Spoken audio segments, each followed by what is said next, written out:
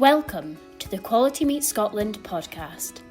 Industry updates and best practice to promote, support, develop and protect the Scottish red meat sector.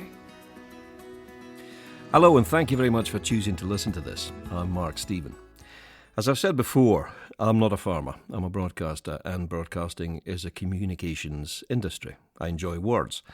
One of my favourite words is actually shambles. If something is a shambles, you know what that means, but you may not know the origin in the word. In the days before clinically clean slaughterhouses, there was an area of the market where beasts were killed and butchered, and this was known as the shambles. It was literally a bloody shambles. Butchery, after all, is one of the oldest professions in the world, but it still offers real career opportunities for young people today. Sonia Riviero is Human Resources Manager for ABP UK Food Group. Sonia, can you just tell me a bit about yourself? What does your job entail?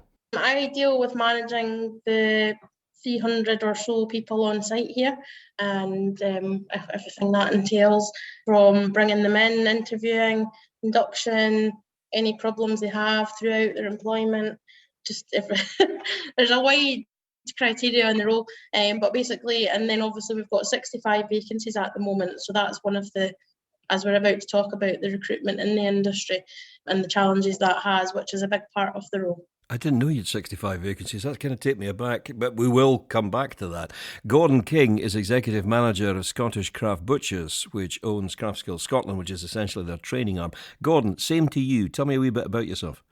Yeah, I'm a butcher to trade.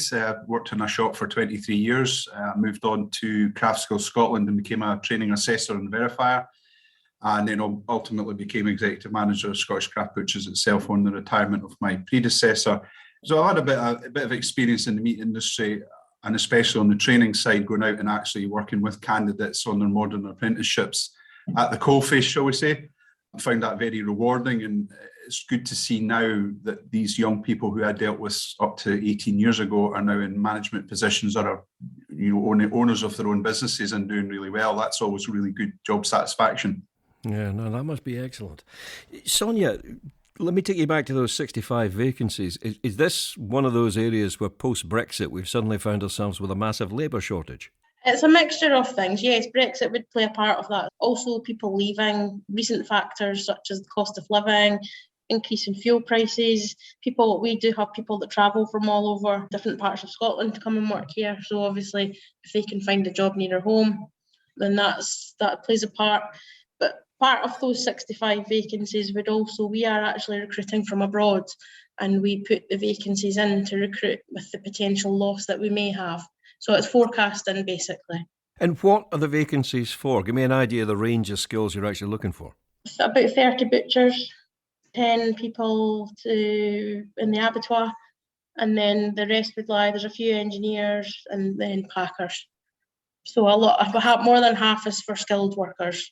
Gordon, can you tell me about the Butchery Careers Project? Presumably it is aiming to upskill people to fill that type of vacancy. The Butchery Careers Project was essentially to identify the industry to potential candidates who want to become butchers or work within the meat industry itself. There's an image problem possibly there that people don't really consider it in the same way that they might look at becoming a chef as a more attractive option. It's got a more star-studded attachment to it. But equally, as you said earlier on, butchery in its basic format is one of the oldest skills in the world. And there's nothing wrong with having that skill, because it's developed so much more, especially in the processing sector, where there's a lot of technical part to it now, because there's so much involved with dealing with people like Food Standards Scotland who expect so many checks to be made and the process going through.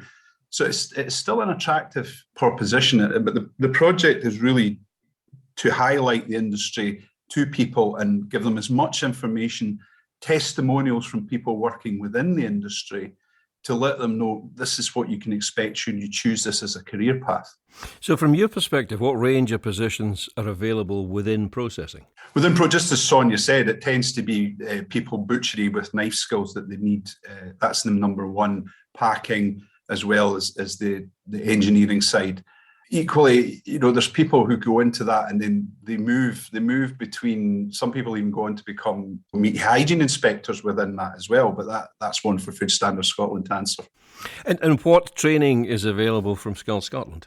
We deliver the modern apprenticeship framework. And Meat and Poultry Skills is the title. We do SCQF level 5 and level 6.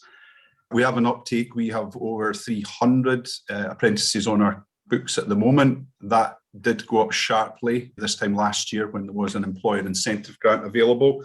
The uptake on that was phenomenal. There's people have come into it, I have to say, possibly more in the retail side and the processing side, but the skills that are and the availability to learn the skills is still there across the board. It's a fantastic industry to work in. Sonia, how long have you been working with ABP Food Group? This year it'll be 13 years. 13 years. And in that time, have the skills that are required changed in any way? No, I mean, a butcher's a butcher. We're looking for people with knife skills. But as Gordon said, obviously we do bring in apprentices as well. And we do work with craft skills and put them through an apprenticeship. This year we've currently got about half a dozen people that are due to complete their apprenticeship, which is great. And hopefully we'd like to replace those people and bring in another half dozen, if not more. I think last year we started off with about 12 people. So there is that side of recruitment as well, in terms of bringing young people in that do want to look at butchery as a career. But it takes a lot of work to feed that message to young people about what a butcher is and how we can attract them into that business. How do you go about doing that, Gordon? Because, I mean, are you getting into schools? Are you having the conversations there? Yeah, we work with other stakeholder bodies such as the Food and Drink Federation, Scotland Food and Drink. We regularly every year get asked to take part in schools' awareness events. So we would go into school during the Scottish Apprenticeship Week and let people understand, young people understand what the industry is about. Equally with the Food and Drink Federation, there's an annual one where we go in. It's more to do with a burger, school's burger project. So they make a burger and they get to play with, the meat involved and the textures and the flavours and the seasonings that they can use to create their own burger. It's done as a burger competition, that one. So these are all very interesting. And you get people, young people will genuinely say, all right, I'm quite interested in this. Can you tell me more? So we have information we can give out. We equally on the butchery, www.butcherycareers.co.uk website, people will advertise vacancies on there and people can go on and get the link to go and make the application. So we point them in that direction, say, look, that's where if you're looking for a position within your area, an apprenticeship in particular, you can find the information you need there. Do you find any resistance in schools? I was talking to somebody quite recently from University of Aberdeen who's involved in new product development on this podcast series, and we were discussing plant-based meat substitutes. An awful lot of young people seem to have, be willing to wave this flag. Everybody will make their own choices about what they eat, and that's up to them. All we can do is give them an informed choice. Equally, that's the same with becoming a butcher. You give them an informed choice about what's expected in the role. We can't dictate to people what they should and shouldn't be eating. That everybody has their own choice to make on what they should eat. But you are correct. You will always come up against some people who say, no, that's not for me. I choose not to eat that particular product. So we say, well, all we can do is give you the information, give you an informed choice to make. I wasn't so much suggesting for a moment that you would try and say, no, you should be eating meat. But what I'm suggesting is it might make your life a wee bit more difficult if you're trying to recruit. I think if people want to come into the meat industry to work there, they're generally going to be a pro-meat person anyway. That makes sense. And Sonia, just about every other area of life is undergoing a process of digitisation or mechanisation. This butchery seems to be unusual in that, you seem to be hanging on to the human skilled element. Yeah, this is true. And as far as I'm aware, I don't see that changing. It is something that will remain the same, the traditional working with your hands and a knife. We've certainly not had discussions about mechanising, especially the butchery part of it. We have perhaps in the other areas of the factory, like packing and mechanising that, but actually cutting the meat and boning the meat, it's not something that I could see changing myself. Whether that's a good thing, I don't know.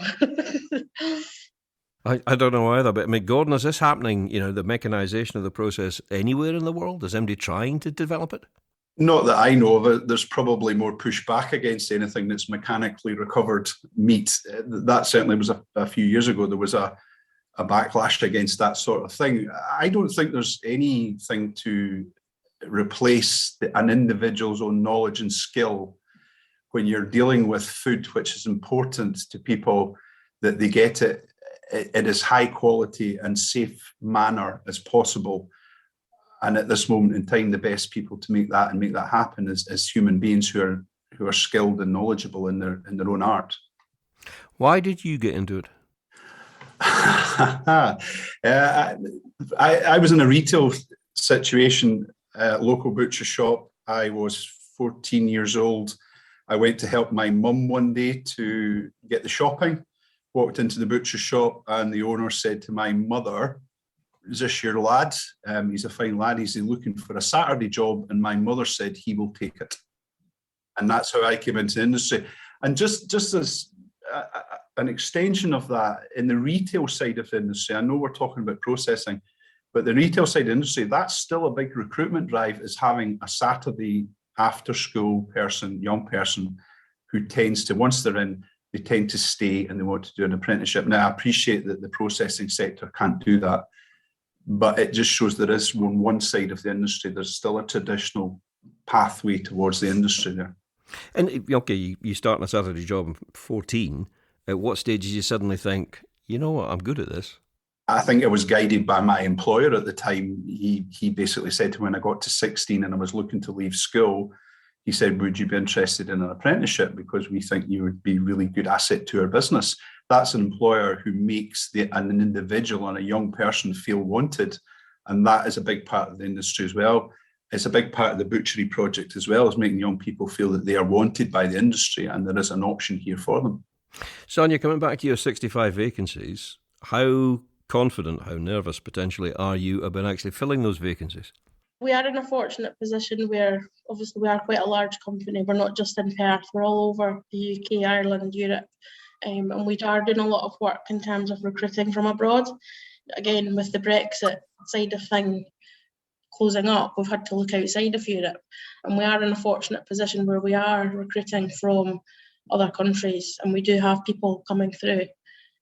So in terms of the butchery side of it, I'm quite confident that we will get the people. It's a gradual process.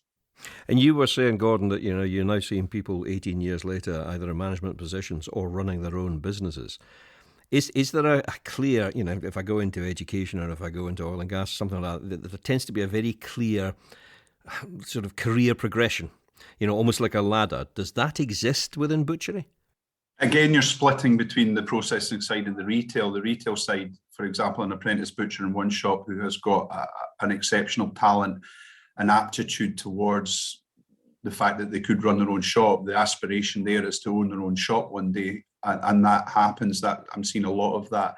But within the processing sector, there's still a ladder that can be climbed. They can come in and work on the line, as they talk about, doing the actual knife skills. But there's supervisory roles, there's more technical roles within the processing sector that they could look to become, such as a meat hygiene inspector. That we've seen a lot of that happening with apprentices, that they move on to that aspect, which is more the food safety side of things.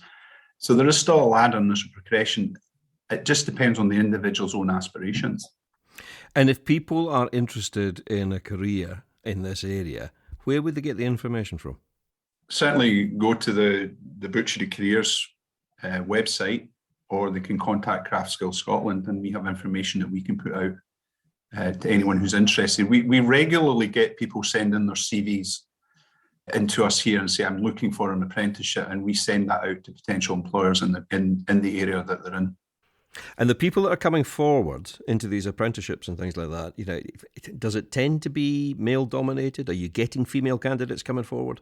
It does still tend to be predominantly males that come forward, but there is a bigger volume of females now interested in the industry, and they are really coming in with a positive attitude, changing the dynamic in terms of their trailblazing a bit, because the ambition and passion to become really good at their job. The most recent training awards that we had, the SCQF level 6, which is the higher level, there's a young girl up in Arbroath who won that. Equally, we as a training provider have just taken on 2 new training assessors, and both are females who did their apprenticeships with us in the past. So they've done the SCQF level 5 and the SCQF level 6, and they've now gone on to join us as training assessors and going on to develop and deliver the apprenticeships to the younger generation going forward. How is that reflected, Sonia, within your own workplace? In terms of female, it is still male dominated. I think looking at the figures, we're probably about 15 to 20% female. It is predominantly male orientated. We do promote for females to come and work for us. Again, it would be great for us to get more into the industry, but still seems to be something that's not attractive to come into the industry. Any idea though that might be? It's not glamorous. It's not. It depends what you're looking for in a career, if you like. And I do find when I speak to young people that it's not something that they've considered as a career. And we do have some people that have come into the business, some of them being female, that have never worked in a meat factory before, and it's been surprisingly, it's worked out well, so it can work. Yeah, I mean, I still think that it is a fantastic industry. I still look at, even from myself, from where I started, I still believe I'm on a most wonderful journey within the meat industry. It's not ever done me any harm. It's just done a lot of positive things for me, and I would hope that, as a training assessor particularly, I mean, I must be into the hundreds of apprentices I've worked with over the years. And, job satisfaction for me has always been seeing that individual receive their certificate, because you can never wipe the smile off their face when they get that. It's, we put the certificate in a frame, and we'll take a picture and we'll put it on social media. And then some cases they'll get thousands of likes from their friends for doing it. And you cannot wipe the smile off their face when that happens. So, yeah, there's a lot of job satisfaction in this industry. Sonia Riviera and Gordon King, thank you both very much for your time. Thank you. Thank you. I hope listening to this you found this useful. It may be that it inspires either you or somebody else in your family to actually make further inquiry, and I hope you do. Next week is the last in this current QMS podcast series, and we're going to be looking at the opportunities, we've kind of touched on this slightly already today, that exist within retail butchery. Until then, I'm Mark Stephen. Thanks for listening.